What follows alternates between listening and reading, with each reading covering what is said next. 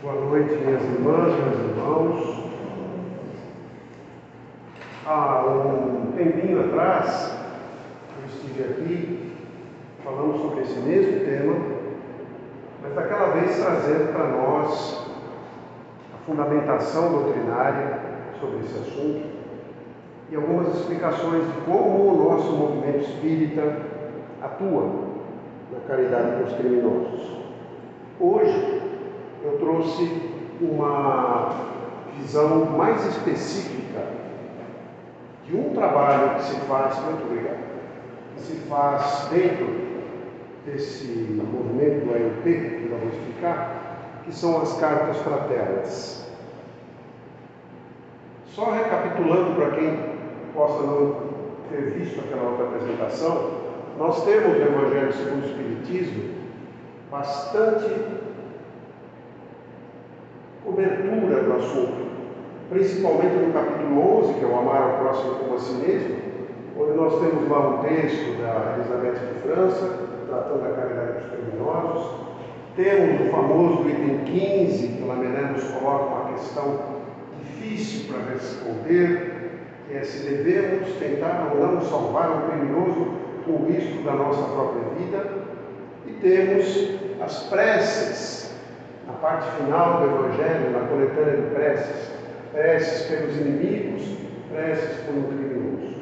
Não vamos repassar isso tudo, mas a indicação aí está no Evangelho segundo o Espiritismo.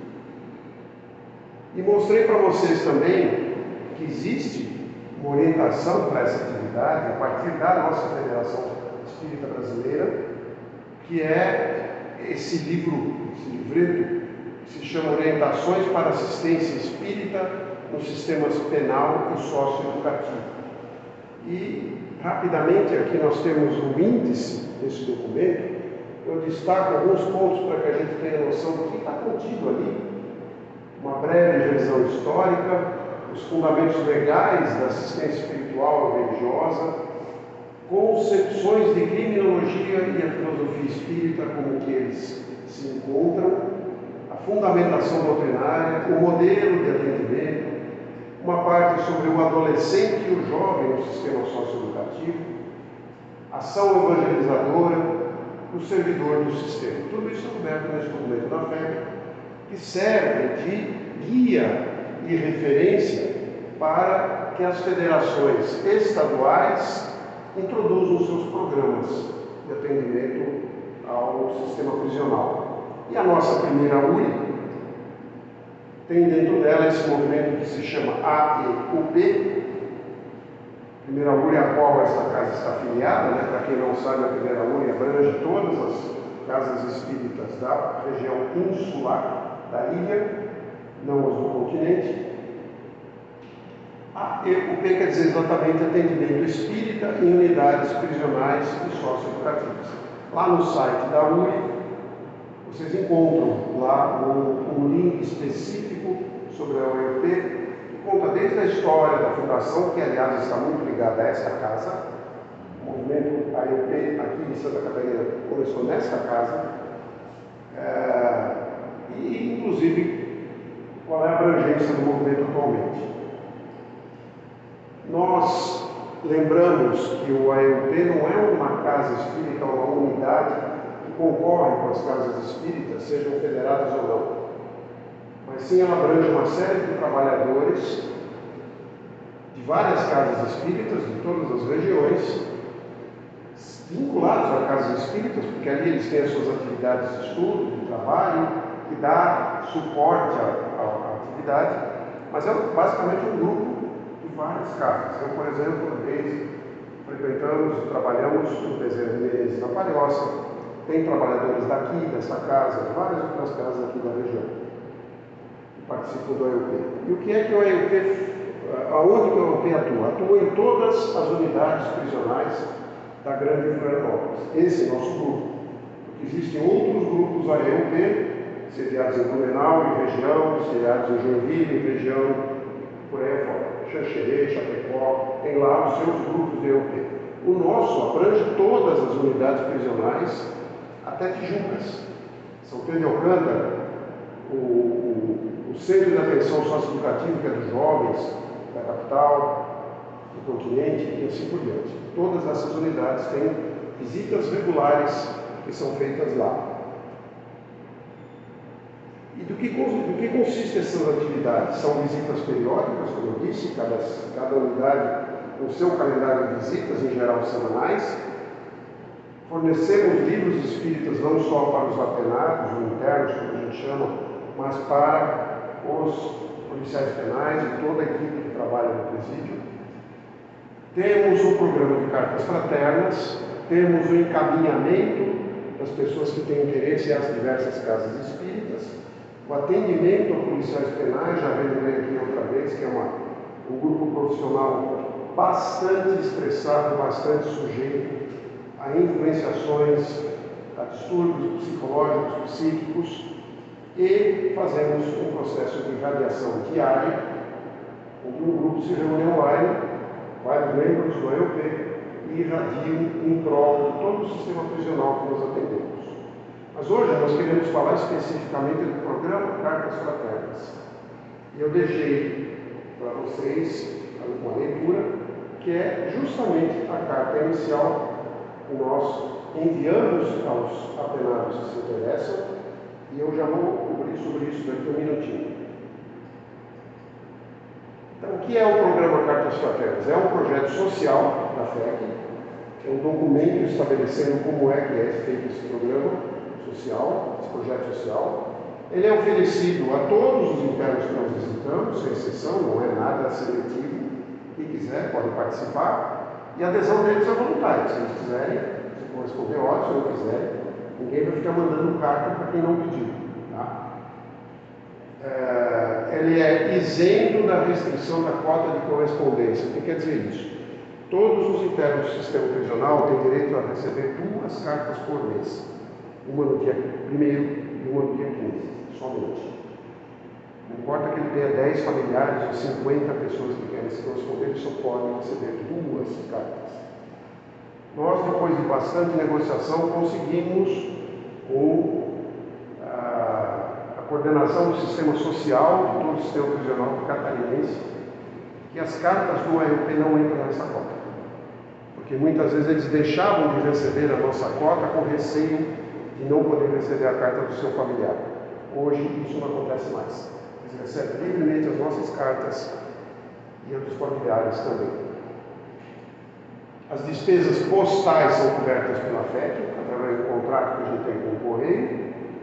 As demais despesas são cobertas por nós, por cada um que trabalha nisso, papel, envelope, impressora, enfim, isso aí a gente cobre. E está sujeito às mesmas restrições e regras que existem no sistema prisional quanto a conteúdo e forma. A carta só pode ser uma folha frente e verso, a carta não pode ter referências a endereços, a telefones, a pessoas que estão em outra unidade prisional, para que ela não se torne um veículo de troca de informação entre as unidades prisionais. Além disso, a pessoa, quando ela é detenta ou está cumprindo pena, ela perde algum dos seus direitos civis. E um deles que ela perde é o direito ao seu sigilo de correspondência. Todas as cartas que nós enviamos e a que eles escrevem são lidas pelos agentes penais antes de serem encaminhadas, ou ao preso antes de serem encaminhadas a nós. O interno escreve a sua carta, entrega aberta, ela é lida e se não estiver de acordo, aí sim ela é fechada e colocada no correio. E a nossa carta, quando chega na unidade, ela é aberta, ela é lida por policial penal e depois é encaminhada ao interno. Se houver qualquer irregularidade na carta, ela não é devolvida, ela é destruída. Então, a coisa é bastante rigorosa.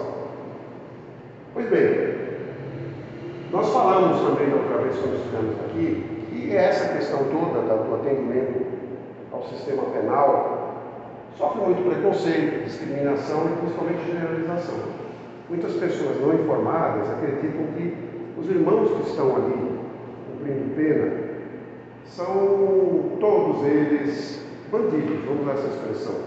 Pessoas que se mancomunam ali, ficam só tramando mais crimes, dando golpes a partir da cadeia, enfim. Isso existe, isso não é um mito, mas isso está longe de ser a maioria. A grande maioria dos que nós atendemos são pessoas que querem, desejam mudança, desejam algo mais, diferente daquilo que elas vinham fazendo. Desejam uma vida diferente daquela que os encaminhou àquela situação. E a melhor forma de eu mostrar isso para vocês, em vez de ficar aqui falando sobre as cartas, é mostrar para vocês exemplos. Tá? Então, eu trouxe aqui algumas cartas, que eu vou fazer a leitura, porque vocês não vão conseguir ler daí certamente. Pequenos trechos, eu não vou ler cartas inteiras, descaracterizadas, também não diz quem é. Não as cartas que nós, escritores do sistema, fazemos, mas as cartas que a gente recebe deles. Em geral, ou quase que a regra, é que os que aceitam o programa de correspondência já passaram desse estágio onde a sua consciência acusou a culpa. Eles já estão ou em remorso, ou mesmo em arrependimento sincero e já desejando a sua renovação, ou já até alguns em pleno processo de reparação dos seus erros. Temos muitos exemplos, não vai caber a gente ficar mencionando aqui. Mas é importante mencionar também que o trabalho do escritor do lado de cá é um trabalho de muita sensibilidade. Nós, para novos membros escritores de cartas, que estamos sempre recrutando, nós buscamos pessoas com o perfil de quem seja capaz de fazer um atendimento fraterno. A pessoa, dizem, isso é um consenso, que uma das funções mais difíceis de se preencher no centro espírita são os atendentes fraternos. Porque é aquela pessoa que recebe o irmão que vem em dor, em sofrimento, em dúvida. Às vezes vem por curiosidade, às vezes vem até com já disponibilidade de trabalho, já uma pessoa iniciada no espiritismo, que veio de outro local, mas em geral não. E é o que a gente recebe através das cartas. Então, vamos usar o nosso tempo para a gente percorrer algumas cartas. Vocês vão ver a carta aqui, que certamente não vão conseguir ler. Eu leio para vocês os trechos. Esta primeira diz assim: me senti muito lisonjeado, pois tenho a doutrina espírita desde pequeno na minha família. Apesar de ter sido batizado na Igreja Católica, nunca vivi a doutrina espírita, pois era muito pequeno na época, e hoje, depois de tantos erros que cometi em minha vida, o Evangelho veio até mim e sua doutrina. Mesmo eu, como tinha um pouco de exemplo dentro de casa, minha mãe era médium incorporadora e meu pai dava passe. Não tive dentro de casa um bom uso dos ensinos, pois havia muita violência dentro de casa. Cresci e hoje estou aqui pagando pelos meus erros. Estava vivendo uma vida cheia de perturbações e deixei de buscar a Deus. Então veja, está falando aqui é um espírita. Espírita de berço. Alguém que cresceu no lar espírita, mas apesar disso, isso não o isentou de cair no erro. E ele reconhece. Ele, apesar do seu conhecimento, se afastou de Deus. Mas demonstra o acolhimento que ele recebeu quando ele começa a me sentir muito lisonjeado por ter recebido a carta. Que carta é essa? Essa primeira carta. Essa carta que vocês têm em mãos é aquela carta que, quando o operador diz eu gostaria de participar do programa, a gente envia essa carta padrão a todos eles. Só muda o nome e a data. Meu irmão fulano, minha irmã fulana. O texto é sempre esse da carta inicial. A partir da leitura dessa carta, eles vão decidir se eles querem permanecer no programa ou não. E aí, a correspondência é livre. Eles vão se corresponder sempre com a mesma pessoa do lado de fora. É um irmão ou uma irmã aqui que sempre se corresponde a partir das coisas que ele vai colocar, pois que veio essa primeira carta para ele. Esse é um exemplozinho, só para que a gente veja que aquele preconceito que a gente tem é tudo bandido, ninguém acredita em Deus. Longe disso. Veja aí claramente o arrependimento retratado nessas linhas que esse irmão escreveu. Uma outra cartinha diz assim: bom dia, gostaria de com a senhora, faltou uma palavra, gostaria de corresponder com o senhor por carta pois perdi minha mãe faz 7 meses. Estou com minha mente e pensamentos conturbados, pois frequentava o Espiritismo Allan Kardec e tive uma notícia não muito agradável. Por isso, peço uma ajuda ao Espiritismo para ver se consigo alguma notícia de minha mãe. E continua. Mais adiante ele diz assim: pois se vocês podem me ajudar, muito obrigado por me deixar se expressar. Os erros de português são comuns, né? Hoje, infelizmente, pelo uso contínuo de remédios antidepressivos, pois depois que perdi meus pais, perdi a vontade de viver, pois tenho só 29 anos, não mereço ficar sem eles. Até peço desculpas por tudo isso que estou falando, mas precisava desabafar. Vou aguardar ansioso pelo retorno desta carta. Abraços. É muito diferente do que a gente recebe de uma sala de atendimento fraterno, não. O irmão de 29 anos perdeu seus pais, pior, soube da perda dos seus pais, estava recluso, né? É um espírita, como ele se diz, com muita dor pelas perdas que recebeu e buscando esclarecimento. Simplesmente isso. Mas é um irmão que é bom e por isso está alijado da nossa sociedade. Uma outra cartinha diz assim, essa é bem difícil de ler. Hoje paro para pensar, me arrependo de muitas coisas que fiz nesta vida, mas também paro para pensar, se hoje eu estou aqui nesse lugar, é porque o Senhor tem um plano para mim.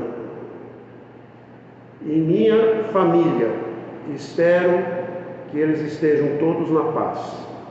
Eu já estou um tempo sem falar com eles, mas sigo forte na minha jornada.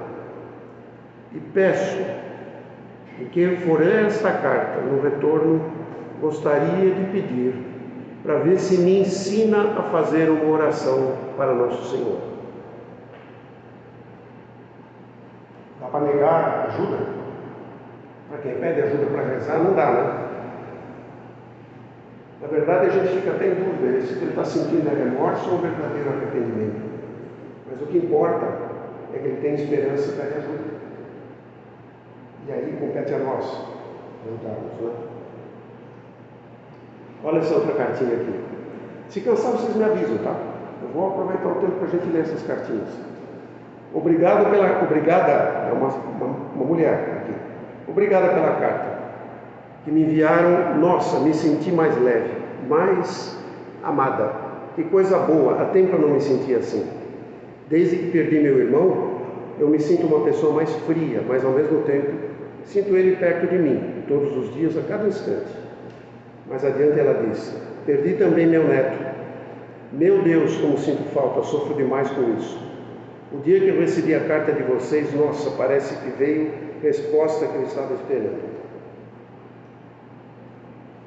Dizer o quê? Uma carta dessa. É um criminoso, gente. Nós consideramos criminoso, uma pessoa que está detida por algum erro que cometeu. Mas está longe de ser aquele ser que a gente diz assim, não merece viver na sociedade. Uma pessoa que sente uma dor tremenda, sente muita gratidão pelo que está recebendo de nós, sente uma dor tremenda pelas perdas que sofreu. Temos que acolher, não é? E mais, ela sente a mão da providência nesse momento, de dizer que chegou exatamente quando ela precisava receber uma consolação. Essa aqui já é uma segunda resposta a uma carta. Ela já tinha respondido a primeira, recebeu uma segunda resposta e ela diz assim: a pessoa que escreve usa o pseudônimo de Lívia. Em geral, os escritores de carta usam pseudônimos, para não se identificarem, né? Olá, Lívia. Que emoção lhe responder. Nossa, que felicidade em saber que tem pessoas que ainda se importam comigo. Quando lhe escrevi pela primeira vez, eu já me senti leve. Ao me responder quando li sua carta, já nas primeiras linhas chorei. Só eu sei o quanto eu chorei. O que a gente sente nessa carta? Um sentimento enorme de gratidão. Esses irmãos manifestam, esses irmãos e irmãs manifestam. Dizem, só eu sei quanto eu chorei. E recebeu uma carta de uma pessoa que ela não conhece. Ela não sabe quem é. Apenas é a segunda carta que ela recebia dela. Continua a mesma carta dizendo: cada dia é uma nova experiência, uma nova renovação e um aprendizado. Pois vocês da Federação Espírita nos vêm ajudando muito, acho que não só a mim, mas muitas mulheres. Sempre no segundo domingo do mês vem um de vocês, eu espero ansiosamente para ouvir o que vou falar. E cada palavra, cada frase me faz uma pessoa melhor. O presídio feminino acho que é a única unidade do sistema prisional que ainda está no regime de só uma visita por mês. Todas as outras, já depois da pandemia, aos poucos foram voltando, já fazemos visitas semanais. Mas no presídio feminino ainda é uma vez por mês. E elas esperam aquele domingo, que é 1h30,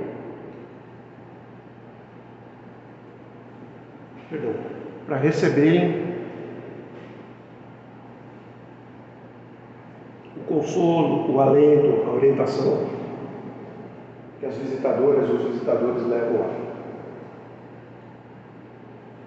Olha o que ela fala na carta. Cada dia, cada momento aqui é um aprendizado. Muitos de nós que estamos aqui do lado de fora não damos esse valor às coisas da nossa vida, não é? Continua, gente.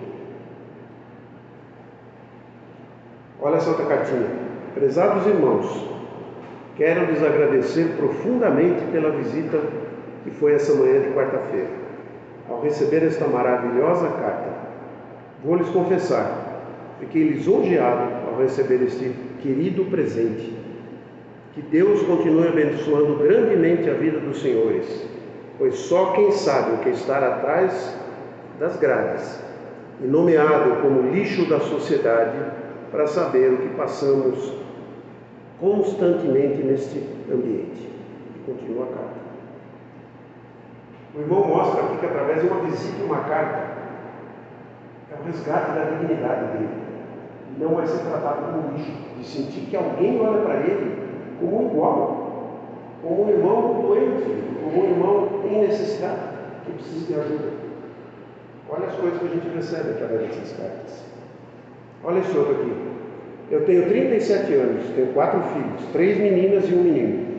A mais velha das minhas é a Márcia, tem 19 anos.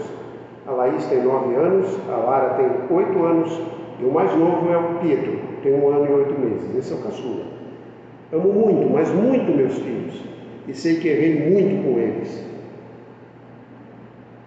Pois, ao todo, eu puxei mais de 13 anos. Puxar a cadeia é a gíria deles para os anos de pena, né?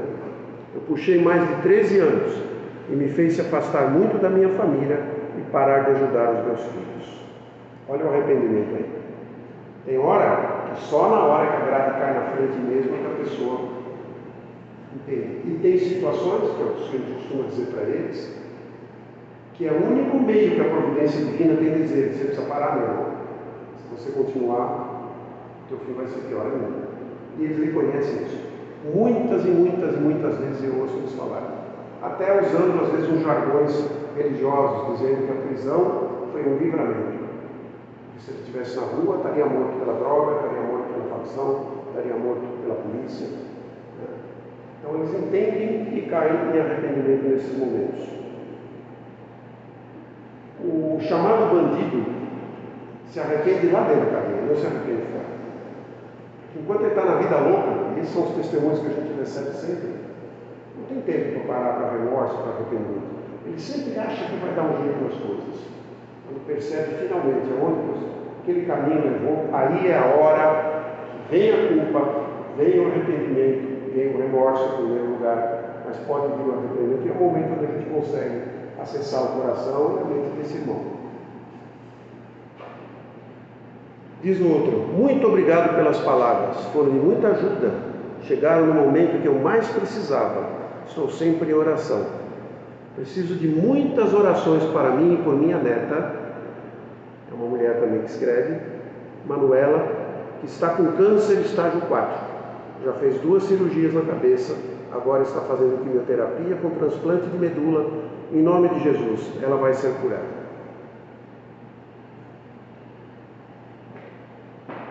É tipo da carta que a gente para e pensa, como é que eu respondo uma coisa dessa? Como é que eu falo com uma pessoa que está atrás das grades, sabendo o que está acontecendo com a netinha desse jeito, o sofrimento que deve estar a filha, possível o marido da filha, a neta, e ela só com as orações, é só o que resta a ela para socorrer aquela criança. Ela podia falar de um monte de coisas na carta, mas olha o que ela trouxe. Qual é o grande sentimento que ela tem nesse momento? Esperança. Em nome de Jesus ela vai ser curada. Essa é dura, gente. É um rapaz que escreve. Eu vou pular as outras, tá? Para a gente não estourar muito tempo. Olá, meu nome é, eu cobri, tenho 36 anos, gaúcho de uma pequena cidade do interior, há mais de uma década em Santa Catarina. Filho de uma mãe que se prostituía, fui deixado aos cuidados de uma família mal consolidada, com problemas de alcoolismo e violência, no auge dos meus 3 meses de vida.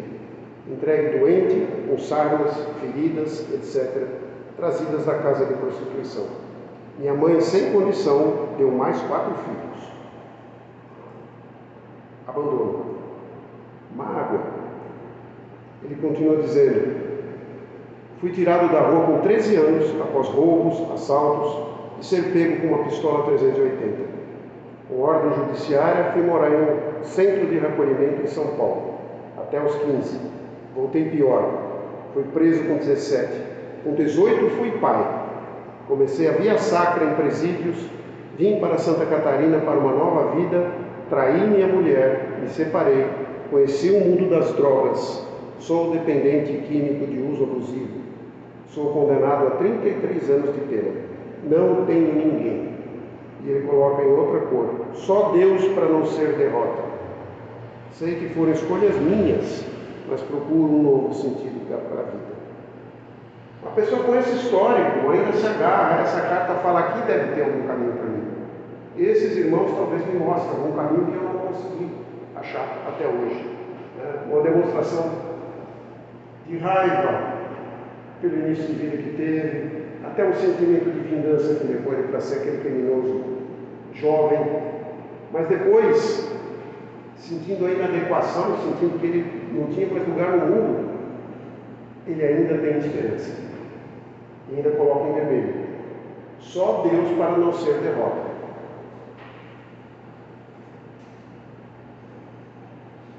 Mais um diz assim, depois eu vou pular. Desde que comecei a ir na reunião com a senhora Maria, que é a nossa visitadora lá, estou me sentindo melhor. Rezo sempre, por vezes, pela minha família. Sabe, nunca imaginei que ia vir para este lugar. Vim de uma família bem estruturada, bem de vida, tive uma educação boa, mas o mundo me mudou. Não, o mundo me mostrou o crime, que me arrependo muito. Por causa disso, perdi 2 irmãos. Minha mãe hoje não vem me ver. Não culpo ela, por isso fiz muito mal a eles. Me envolvi com as drogas, fui para a rua, morei 12 anos na rua. E hoje estou sozinho, nem meu filho vejo mais. Olha o remorso. Este ainda não sabe trabalhar com a sua dor. Ainda está na fase do remorso. Esses são os atendidos que a gente...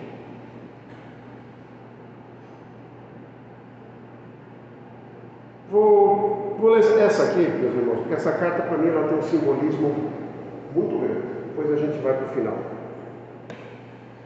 Consigo ler muito bem quando ameniza o efeito dos remédios. Já vai fazer 1 ano que estou aqui e nesse 1 ano tenho ciência que preciso me melhorar muito ainda.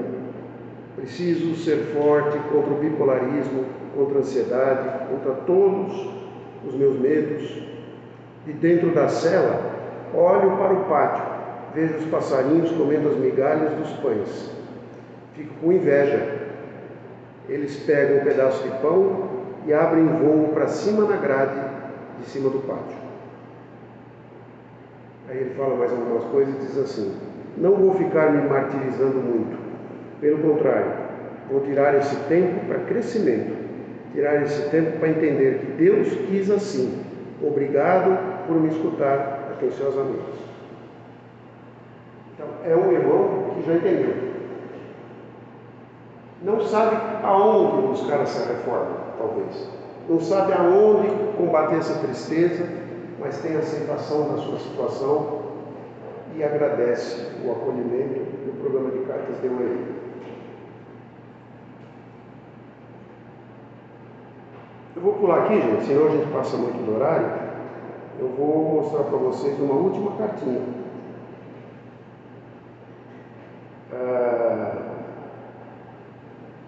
Obrigado. Não é esta.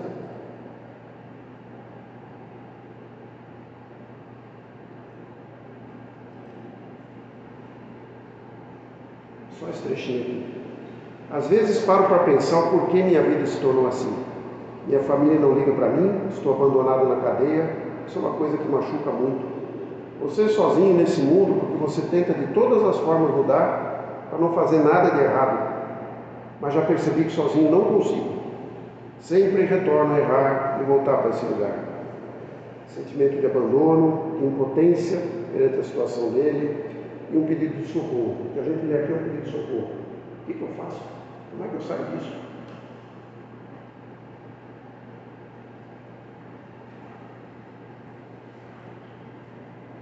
Mas tem coisas que são muito mais bonitas do que só falar sobre tristeza.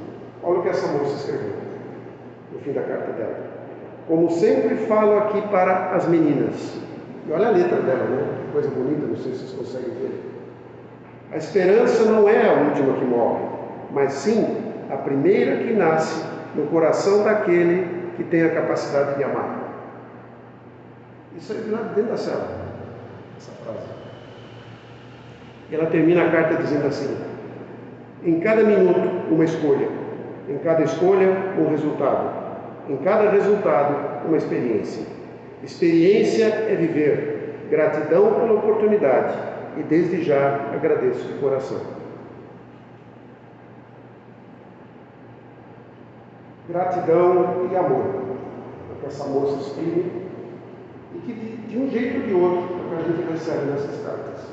Quando ele se dispõe a responder essa carta inicial que vocês têm aí, a gente percebe que são pessoas ansiosas por serem amadas e têm sim capacidade de reconhecer o bem que fazem por elas e têm condições de se tornarem irmãos iguais ou melhores que qualquer um de nós, mas que muitas vezes falta aquele elemento da caridade para a gente chegar até eles. Eu termino dizendo para vocês que a gente tem um programa contínuo de capacitação para o AIOP. A gente chama de capacitação, mas o que é? Uma reunião onde a gente passa informações sobre o programa, o que ele faz, e as pessoas participam até para conhecer, não necessariamente para trabalhar nele.